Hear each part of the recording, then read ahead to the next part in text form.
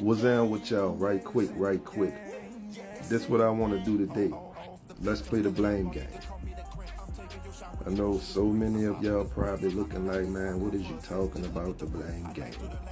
But I'm going to break it down, especially if you don't understand what the blame game is. The blame game is when you're told to do something and you do the opposite of it. So that means you're doing something that you're not supposed to be doing. Now, instead of you accepting accountability about that thing that you did that you wasn't supposed to do, you want to shift the blame on the next person so you can get that smoke off of you. That's what the blame game is. But let's jump in the Most High Yah's word and let's get a clean picture, a clear picture of what the blame game actually looks like. All right, like I always tell y'all, study to show thyself approved.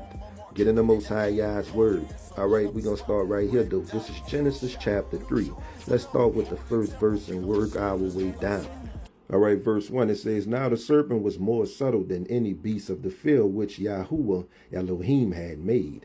And he said unto the woman, Yea, has Elohim said, Ye shall not eat of every tree of the garden? And the woman said unto the serpent, We may eat of the fruit of the trees of the garden. But of the fruit of the tree which is in the midst of the garden, Elohim has said, Ye shall not eat of it, neither shall you touch it, lest you die. And the serpent said, That's cap. Unto the woman, Ye shall surely not die. Verse 5, For Elohim knows that in the day that ye eat thereof, then your eyes shall be opened, and ye shall be as Elohim, knowing good and evil. All right, verse 6. And when the woman saw that the tree was good for food, and it was pleasant to the eyes, and a tree to be desired to make one wise, she took of the fruit thereof, and did eat, and gave also unto her husband with her, and he did eat. All right here in verse 6, we see that the woman could not withstand Captoven, especially when he hit her with the choice of musical words that he gave to her in verse 5. When he said, For Elohim knows that in the day ye eat thereof, then your eyes shall be open, and ye shall be as Elohim, knowing good and evil. All right, let's do a brief recap. All right, Captoven was introduced at the beginning of the chapter. All right, now Captoven, he definitely was different. He was way craftier than any animal that the Most High Yah had made. Now, Captoven, he ran into the woman. Now, upon him seeing this woman, he was already in his mind thinking, okay, well, how can I send her and this dude to destruction? I'm going to go ahead and work on her because I'm going to hit her with some words that's going to sink straight in her mind, and I'm going to make her reason and go against the very thing that was told to her not to do. All right, verse 7, And the eyes of them both were open, and they knew that they were naked, and they sewed fig leaves together and made themselves aprons.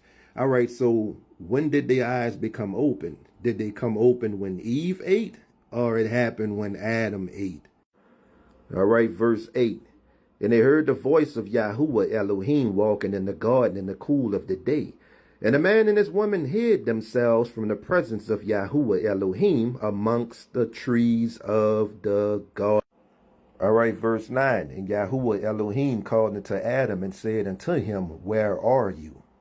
All right, verse 10. And he said, I heard your voice in the garden, and I was afraid because I was naked, and I hid myself. All right, verse 11. And he said, I know you lying. Say, bro, who told you that you were naked? Have you eaten of the tree whereof I command you that you should not eat? All right, verse 12. And the man said, I ain't gonna lie, that little you made the beef for me, you hear me?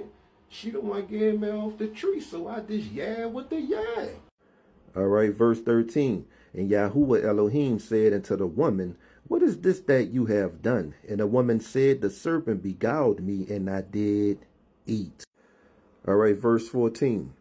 And Yahuwah Elohim said unto the serpent, Because you have done this, you are cursed above all cattle, and above every beast of the field. Upon your belly shall you go, and thus shall you eat all the days of your life. Next verse, verse 15. And I will put enemy between you and the woman, and between your seed and her seed, and it shall bruise your head, and you shall bruise his heel. All right, verse 16. It says, and to the woman he said, I will greatly multiply your sorrow and your conception. In sorrow you shall bring forth children, and your desire shall be to your man, and he shall rule over you. All right, verse 17, and to Adam he said, because you hearken unto the voice of your woman, and have eaten of the tree of which I commanded you, saying, you should not eat of it. Cursed is the ground for your sake, and sorrow shall you eat of it all the days of your life. Verse 18, thorns also and thistles shall it bring forth to you, and you shall eat the herb of the field. Next verse, in the sweat of your face shall you eat bread, till you return into the ground, for out of it were you taken. For the dust you are, and unto the dust shall you return. All right, see, the blame game came into place when they both made that decision that they were going to eat off the tree as a whole. All right, so upon them eating off that tree, both of their eyes became open. All right, so they started seeing some things, and they noticed some things. They noticed straight out the gate that they were naked. Okay, so my thing was they've been naked. It didn't matter. But upon them eating that fruit, doing something that they wasn't supposed to do, and their eyes became open, then it mattered. So they took off and they tried to hide themselves, and they tried to get them something to cover up their nakedness up until they heard the Most High calling out to Adam. Now, I don't want nobody to think that the Most High didn't know where Adam and Eve were. He knew exactly where they was at. He wanted them to confess and come clean about what they had done. But they didn't do that. Instead of coming out and saying that they messed up, they turned around and they started pointing the finger. All right. Eve pointing her finger at the serpent, once Adam pointed his finger at her. All right. That's the blame game. You can't point your finger at nobody when you the one that screwed up. Take your lick. Do what you gotta do. You messed up. I said that.